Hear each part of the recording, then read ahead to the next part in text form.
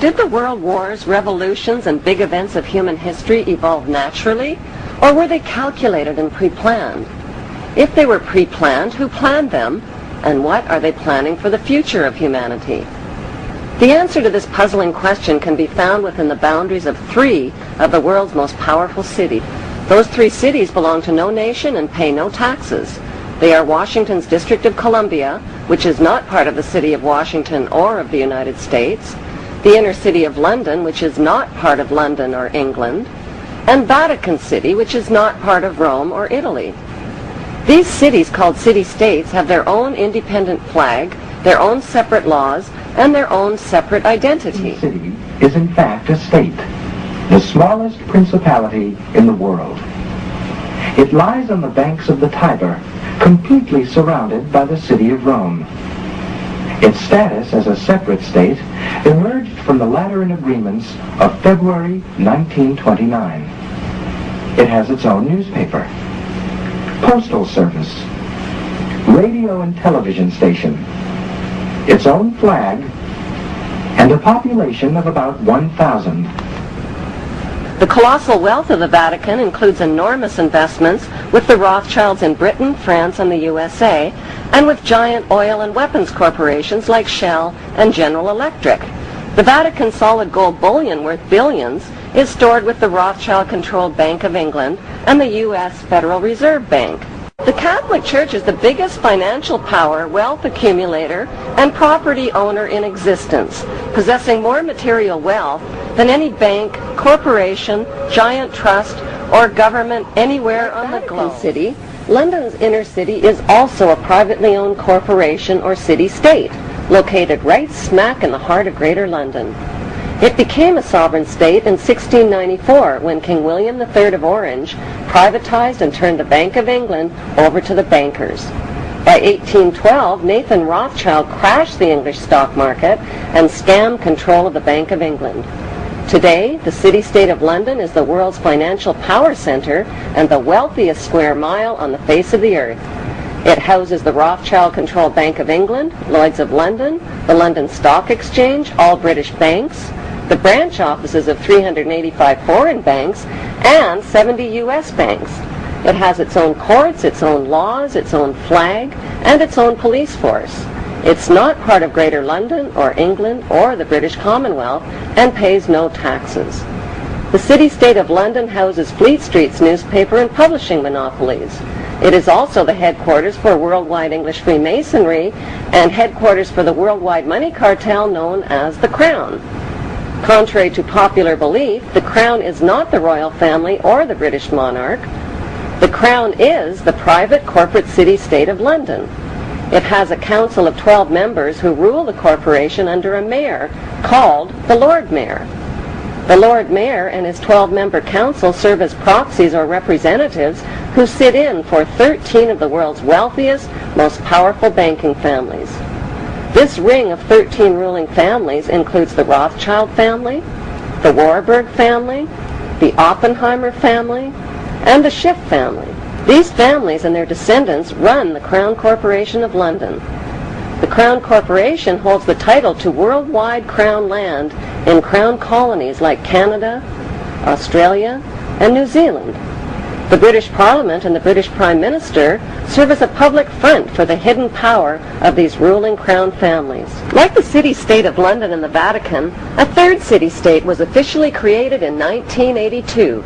That city-state is called the District of Columbia and is located on 10 square miles of land in the heart of Washington. The District of Columbia flies its own flag and has its own independent constitution. Although geographically separate, the city-states of London, the Vatican, and the District of Columbia are one interlocking empire called Empire of the City.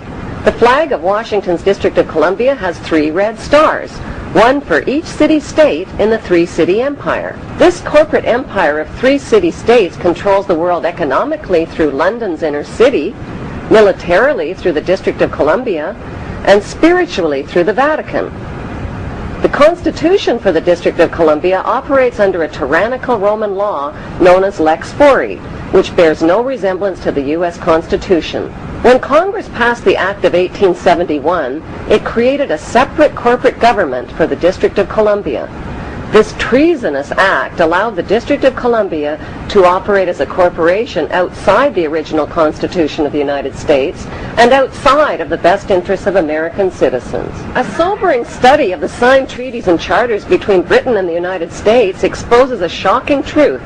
The United States has always been, and still is, a British Crown colony. King James I was famous not for just changing the Bible into the King James Version, but for signing the first Charter of Virginia in 1606. That charter granted America's British forefathers a license to settle and colonize America. The charter also guaranteed that future kings and queens of England would have sovereign authority over all the citizens and colonized land in America stolen from the Indians. After America declared its independence from Great Britain, the Treaty of 1783 was signed. That treaty specifically identifies the King of England as the Prince of the United States and contradicts the belief that America won the War of Independence. Although King George III of England gave up most of his claims over his American colonies, he kept his right to continue receiving payment for his business venture of colonizing America. If America had really won the War of Independence, they would never have agreed to pay debts and reparations to the King of England. When Congress passed the 13th Amendment to the Constitution, the U.S. President was made subservient to the King of England. The 13th Amendment is called the Title of Nobility Amendment and forbids U.S. presidents and their officials from using royal titles like King or Prince or Baron. For some mysterious reason, the 13th Amendment, which was ratified in 1810, no longer appears on current copies of the Constitution. America's blood-soaked War of Independence against the British bankrupted America and turned its citizens into permanent debt slaves of the King. In the War of 1812, the British torched and burned to the ground the White House and all U.S. government buildings and destroyed ratification records of the U.S. Constitution. 1 century later, a corrupt U.S. Congress committed the biggest theft in world history. They passed Paul Warburg's Federal Reserve Act in 1913, handing over America's gold and silver reserves and total control of America's economy to the Rothschild banksters. Most Americans still believe that the Fed or Federal Reserve is the government. It is not. The Fed is a privately owned banking system whose majority Class A shareholders are the Rothschilds, Warburgs, Kuhn and Loeb, J.P. Morgan, Rockefeller, Israel Seif, and the Lehman Brothers. This private banking cartel is the Fed and is never audited and never pays taxes. They print and design America's money, which displays their symbols of an Egyptian pyramid, a Masonic all-seeing eye, and the words "In God We Trust." Who exactly is the God they trust? They also collect American taxpayers' money through the IRS. Then they loan it back again with interest to pay for roads, bridges, and other public works. American presidents are handpicked and financed by these special interest power groups. The Forbes part of John Kerry's name identifies his descendancy from Captain Robert Bennett Forbes, who was a drug runner for the Rothschilds' opium drug trade with China in the 1800s. Most U.S. citizens believe that the United States is a country and that the president is the most powerful man on earth. The United States is not a country. It is a corporation, and the president is president of the corporation of the United States. He and his elected officials work for the corporation, not for the American people. Since the United States is a corporation, who owns the corporation of the United States? Like Canada and Australia, whose leaders are prime ministers of the Queen and whose land is called Crown Land, the United States is just another Crown colony. Crown colonies are controlled by the empire of 3 city-states. At the center of each city-state is a towering, phallic-shaped stone monument called an obelisk that points skyward. Obelisks are phallic-shaped monuments honoring the pagan sun god of ancient Egypt called Amun-Ra. The spirit of this pagan god is said to reside within the obelisk. Obelisks symbolize the phallus and fertility. At the base of the obelisk is a sun-wheel circle symbolizing the vagina. Together, they depict male and female sexual union. Worshippers of Amun believe Amun is the supreme god and creator of all things and can transform himself into other gods like Osiris, the god of the underworld, or Seth, the god of evil and chaos.